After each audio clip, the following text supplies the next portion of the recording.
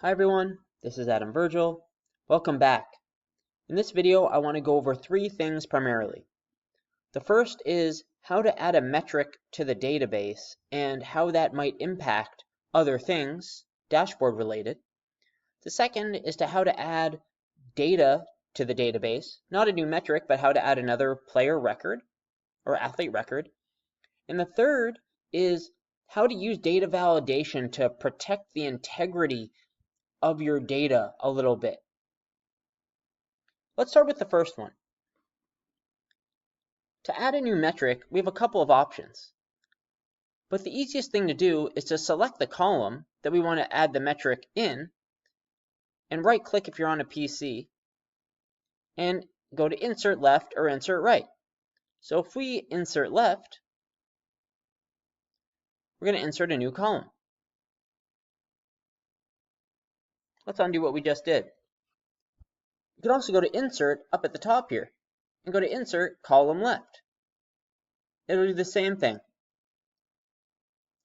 Now, if you recall, the gold boxes indicate that the metrics are calculations. That's how I like to do things. I like to know which metrics are calculated and which ones aren't, so I know what I need to input and what I don't. Because this is a manual entry metric, I'm going to make it dark gray and the font color white, which it already is. Let's call it participation status. If you download the free spreadsheet or the free template that comes along with this, this will already be here, but it's going to serve as an example for any metric that you add. So we'll call this participation status. And I'm just going to enter in some statuses, full, limited, and out, but I'll just go full for now, and I'll copy it and paste it to everybody in our database, and then I'll just scatter in a few limiteds, because we'll use this information when we develop our fitness testing over time data or athlete performance testing over time data set. We'll use this participation status, and I'll mix in some outs too. So that's how we add a new column. Now, where you add this column in your testing database matters. Note that we added this column early on. Let's go to our admin area.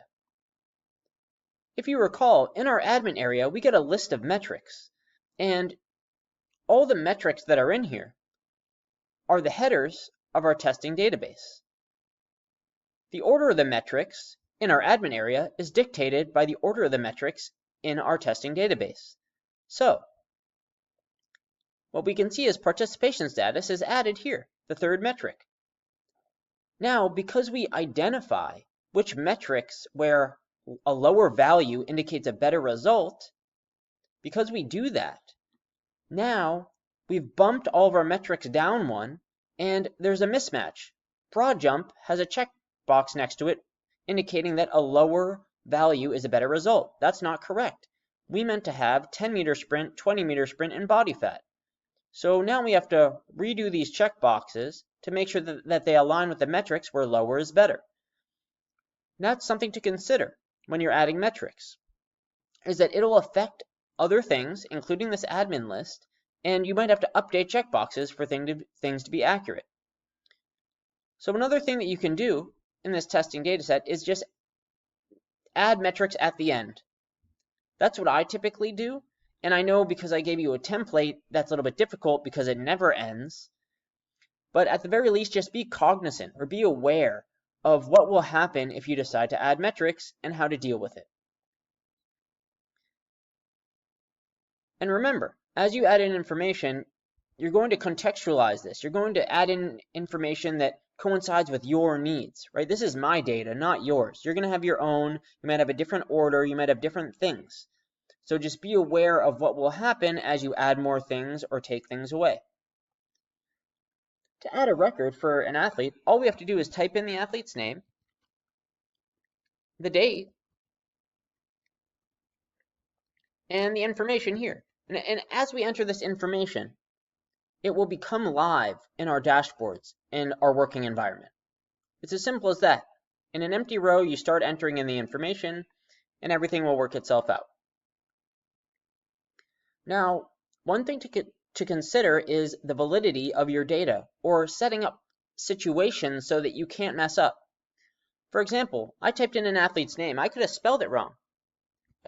Trey Sung with an E is different than Trey Sung with an S. And we know that because when I type it in with an E, there's no position assigned to that player or that athlete. That indicates that there's a mismatch or that this player is not in the profile or does not have a profile. So the first thing that you're going to want to do before you add any player is to add a profile. And one way to make sure of this and to also protect the integrity of your information is to use data validation. One thing that we can do is let's select all of our cells from A2 all the way down to the bottom of our sheet. And let's go to data, data validation, list from a range is fine, and let's select the range that we want to select from. What this is going to do is it's going to create a drop-down menu in each of these cells. And we want this drop-down menu to consist of, let's go to our profiles, of all the player names or athlete names who have profiles. So we can select A2 in our profiles, :A, and that'll give us a drop-down list of all the names in row or in column A, aside from the header row, and click OK and save. Now if we go back to our testing data, we'll see drop-down lists with names. And if a name does not match up with names in our profiles, if I can scroll up to it, we'll get a little red flag here and say that it's invalid. That's a warning to us saying, hey, this isn't right. You need to fix it.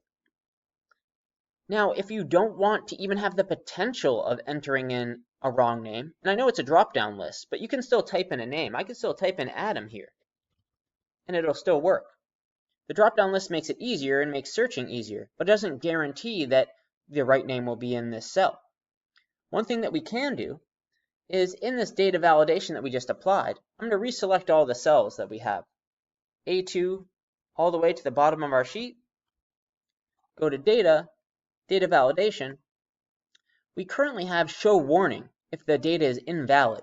And by invalid, we mean it is not one of the names in our profiles. Instead of showing warning, we can reject input entirely and click Save. Now, if I try to type in the name Adam into one of these cells, I will not be allowed to do so. This ensures that Adam has a profile before any data is entered in about Adam. That's one way to protect the integrity of your data. There are other things that you can do here too. Data validation works in a lot of different ways. I have a video on data validation that I might throw a link to in the description here that goes over it in more detail, but you can do the same thing with dates, right? You can go to data, data validation, and we can make sure that it's a date so that we don't screw things up. And we can also even say, hey, it also has to be a date that is after a certain date or between specific dates so that, again, we don't mess things up. And we'll get the same type of response that we got with the name dropdowns, where if we set a date that's outside of the range, if we say reject input, then we won't be allowed to input that information. And if we have show warning, we'll get a little red flag if we break the rules. This can be very valuable, especially when you're dealing with numbers as well.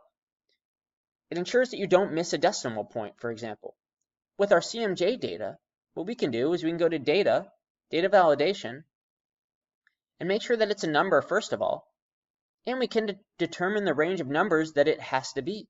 We can say between 0 and 50, because no one's going to jump over 50 inches, if that's our assumption. Then, if we forget a decimal place, for example, instead of 15.3, we type in 153, that'll be identified, whether via a red warning flag or not allowing us to enter in that information. So I know I didn't go over data validation in great detail, but I wanted to make sure that you knew that it exists so that you can apply it, which can be very beneficial, not only for yourself. I make errors all the time. I'm a human. I make errors all the time. But also, especially when you're collaborating with other people that might not be as familiar with your framework or might not be as familiar with inputting data as you are. And that's all that I have for this video. I hope that it was helpful. Thanks so much for watching, and if you enjoyed it and got something out of it, make sure to give it a like and subscribe to the channel if you haven't already. I can't wait to see you in the next video.